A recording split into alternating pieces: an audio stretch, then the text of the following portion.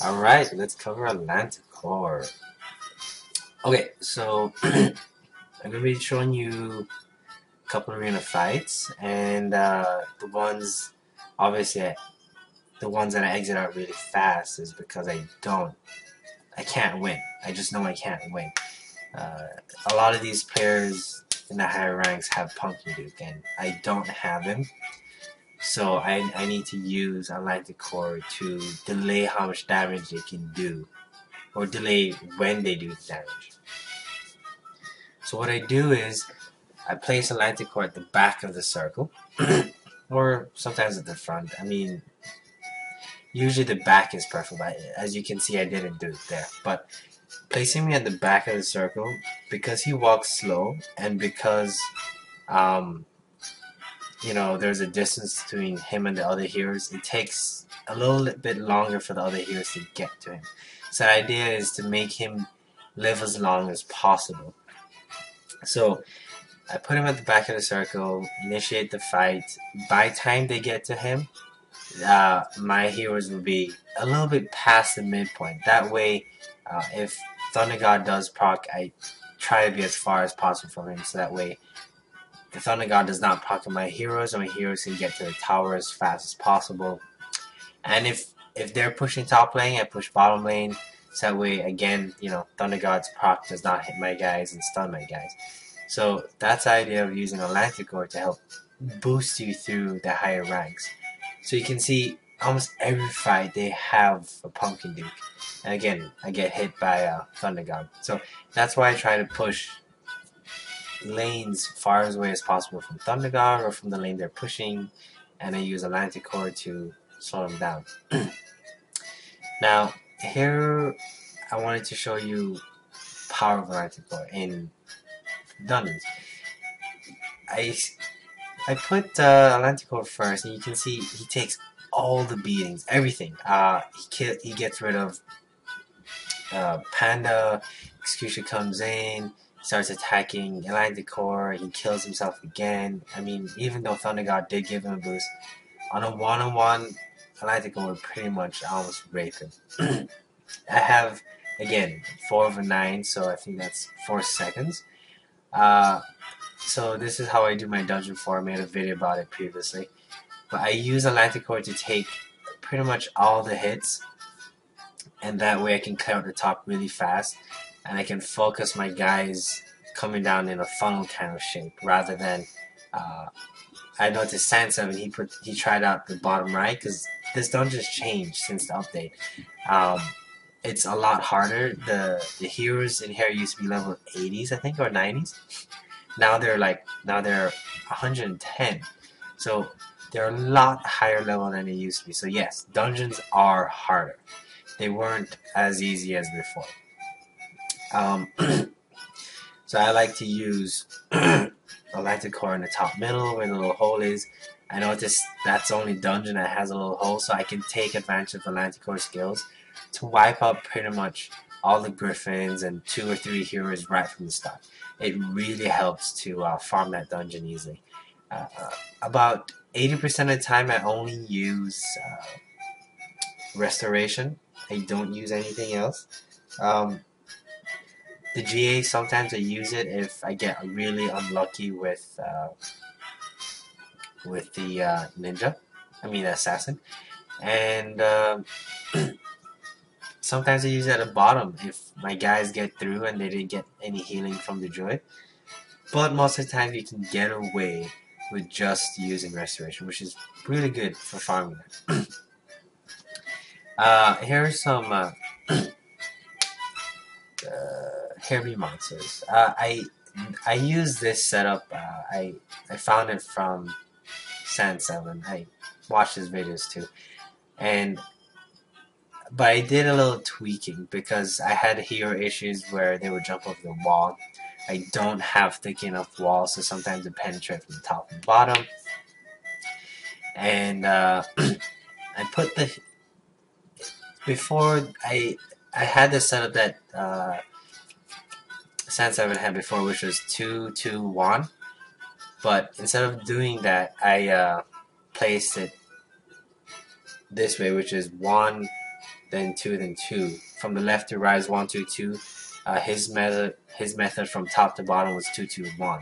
I did this way to reduce the heroes jumping over the walls, and I expanded the runways or the paths that the heroes travel through to get to the towers a little bit more, so that way I can put it sideways. The hero base is sideways, and the reason I expanded it was so they can't step out too much. So if you check the hero base distance, they barely go over the outside of the bases, outside of my, I guess, the death trap or the death box. Atlanticore is pretty great in this. If they approach on the side where Atlanticore is, they pretty much attack him after attacking the towers, or in my case, they attack either some of the mana vaults or the gold vaults. But usually, if they attacked on the top side, they would come in and hit Atlanticore first, which is good. The bottom left, I put Succubus in that single one. Not too worried about him or her. So that's that's the reason why I set up the base. I think Ninja he takes out a lot more of the heroes faster during these fights. So I kind of prefer him in the middle, but I might switch that out because Succubus can kill the Dino a lot faster due to percentage damage, and also she does damage reduction, so I might want to move her in. But the other benefit to having Succubus on the side is because she's ranged, she won't stick out as much because she doesn't have to walk all the way to the troops, so she can stay further in the base, be more protected, and benefit from all the other heroes. Another good thing is you could put Druid on the left where Succubus is, and because Druid has really long range, he pretty much stay inside the base. She won't go all the way out, or he won't go all the way out. I don't even know the masculinity of these characters, but Druid won't penetrate all the way out of the base because he has such a huge range. It would force him to stay inside and keep the benefits of the other heroes with him. He'll be guarded as well, so that's the great thing about putting ranged characters on the side. They stay closer inside, so if they do go out and attack and all of a sudden get aggro, the other heroes will jump in because he's so far in that the other heroes will be close enough to help him out. So that's one good thing about putting range on the outside and putting melee on the inside, or if you want to put tanks on the outside and melee on the inside, or range on the inside, however it is. But I usually prefer to put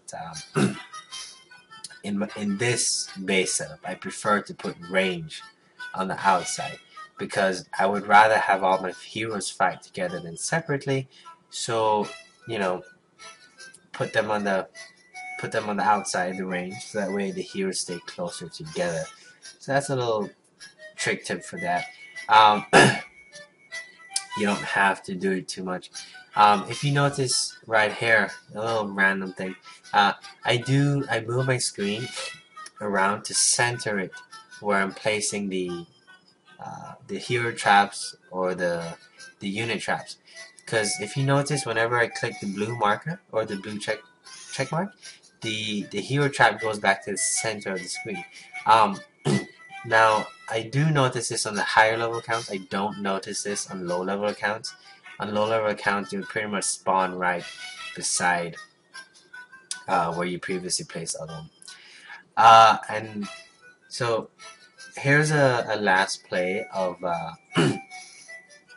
Heavy Monsters, and I think on this one they do come up to the top. Don't remember. I guess we'll find out. But this hero base is not bad. If I could want to level up the castle somewhere, which I am, I'll get some more walls, and it will deviate the enemy heroes from attacking through the walls, and they'll come around it instead. The idea is that the AI needs to know that going through the wall would take more time than walking around the wall. So that's the point of stacking up the walls, is make them make the calculations know that it's worse to go through it than to go around it. So the whole point of stacking up the walls is to create that calculation in the AI, cause the AI to run around it. As you can see, my heroes are jumping over the walls because they're attacking these heroes. My hero base is barely protrude over the walls. But the problem is here is the reason why this happens is because I don't have enough walls to make the AI think it's better to walk around rather than go through it. So when I have more walls on the top, I won't have the hero issue. I won't have the issue of my hero jumping over. So that is a huge benefit of having some more walls.